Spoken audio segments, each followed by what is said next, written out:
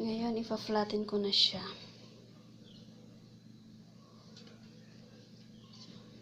Pwede rin kayong gumamit ng, kung wala kayong ganito, pwede rin kayong gumamit ng ng bote.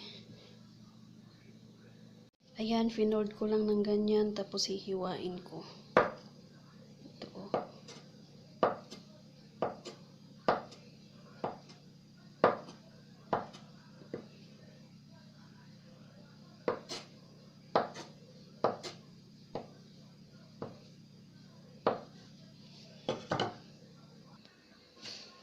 So, yan, yun na siya.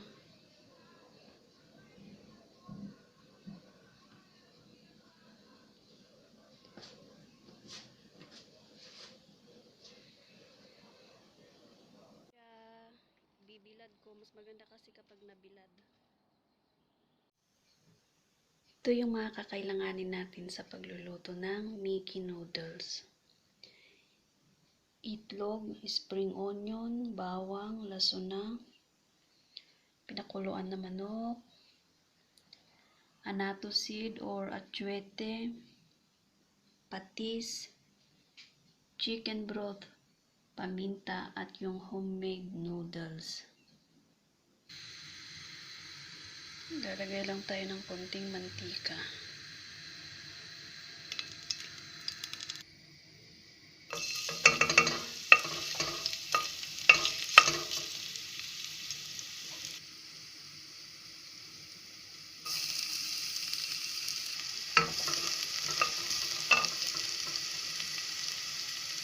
Chicken.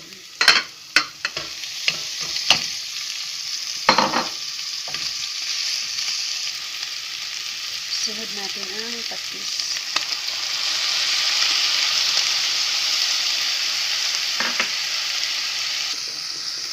Nagdagdag pala ako ng asin. Paminta.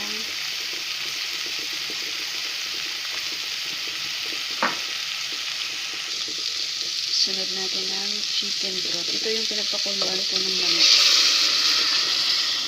Pag kulang yung tubig, magdagdag lang kayo. Nagdagdag pala ako ng ganito.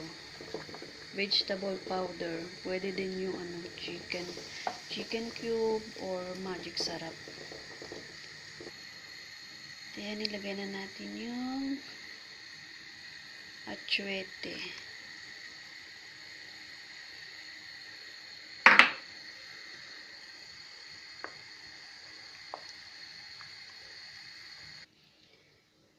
Yan, kapag kumulo na, maglagay na tayo ng noodles.